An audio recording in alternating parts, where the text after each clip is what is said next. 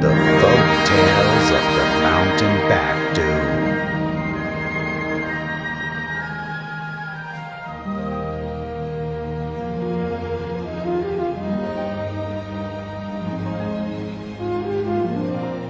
Hello.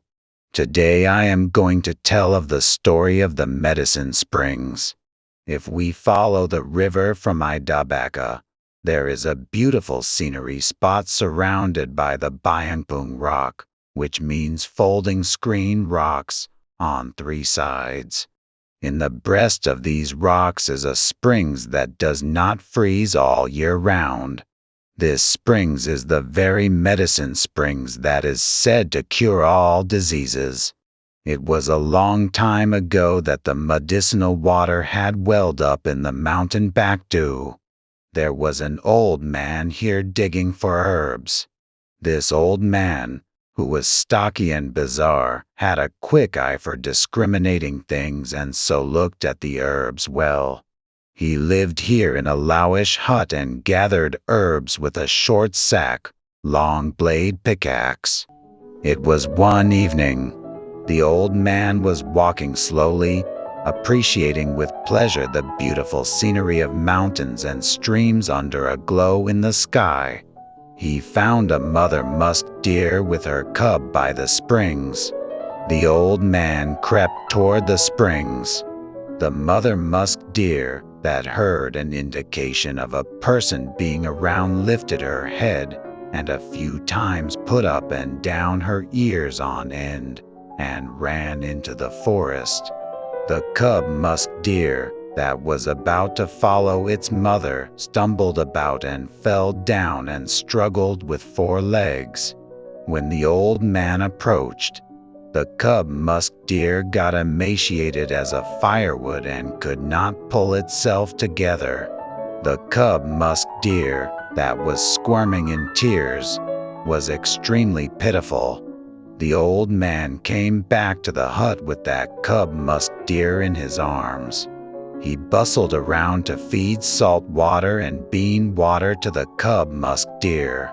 In some reason or other, the cub musk deer did not eat well.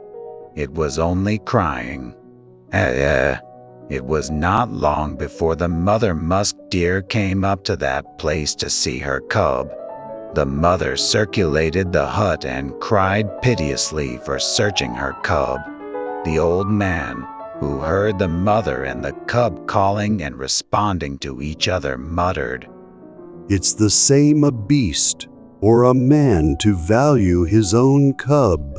The old man took the cub musk deer in his arms and went back to the springs with the bowl of bean water. He caressed the cub musk deer on the back and asked it for a favor. "Live with your mother and eat a lot." And he came back to the hut. From the next day, the old man, who had a merciful mind, dissolved a little salt in the bean water every day and brought it to the springs. The cub musk deer became friendly with the old man as it ate the bean water brought by him.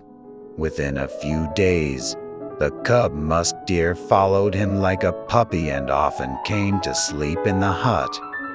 "Ha, that fellow is quite kind-hearted." The old man stroked his long beard. It became the late autumn. The old man gathered piece by piece the equipment for getting herb and made preparations for returning home. The mother musk deer, that noticed the signal, kept on scratching the ground with her feet and nodding her head and giving thanks. The plump cub musk deer kept on pulling the old man's hem and groaning for something, and it asked the old man to be there. The old man patted the cub musk deer on muzzle and caressed it on back. "Let's meet again next spring."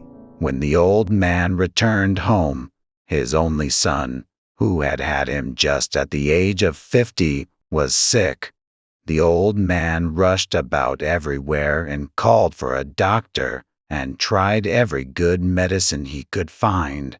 But his son's illness was getting worse and worse. His life was in so much danger that it was hard to turn it over just that day or next day. The old man was sighing and fell asleep because he lost his all energies. A 7-colored rainbow hanged at an angle on the springs in the breast of Byangpung Rock. There were strange grasses and fragrant flowers around the springs. The old man heard the sound of the music played by the hermits somewhere, and the fishes were frisking in the river. When the animals stood in line and came into the springs, they were all gaunt, but when they went out, they became all fat and fat. It was a scenery that the old man could not see even though he was at the springs. As the old man woke up, he saw that it was a dream. He interpreted the dream by sticking his long tobacco pipe in his mouth and inhaling the smoke. Thinking it over, he slapped his knee. Yeah, why didn't I ponder over that earlier?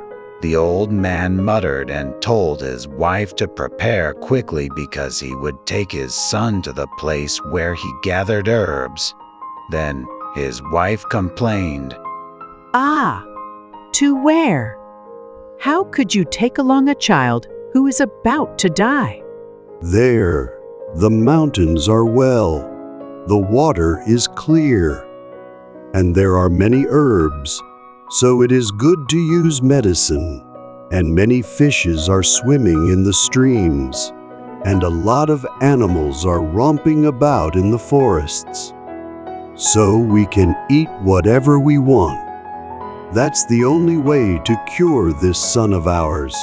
The old man put his sick son on the small A-frame, and he carried that A-frame on his back and left for the place where he gathered the herbs. His steps were faster than those of the young. When the old man arrived at the hut, 2 muskdeer came running with jumps and welcomed him. At first glance, they were muskdeer who were close friends. When the old man took off the A-frame, the muskdeer approached it and smelled the son of the old man to see what's wrong with him and rushed for somewhere. It was not until the next morning that the muskdeer appeared at the springs.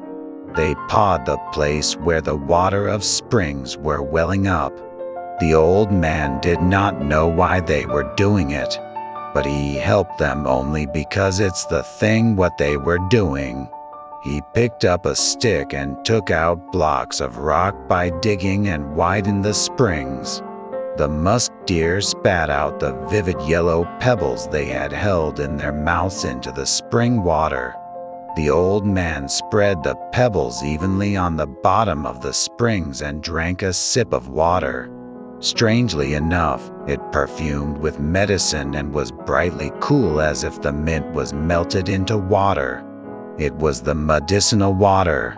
The old man was so grateful that he embraced the neck of muskdeer and rubbed his face on its back and was close to tears. The old man used to get the medicinal water 3 times a day to make his son drink it. Within a few days, his son's breathing began to get even. About a month had passed. His son's illness completely disappeared. The old man was so happy that he wanted to dance joyfully. He could not catch how to thank the muskdeer that followed him like a shadow.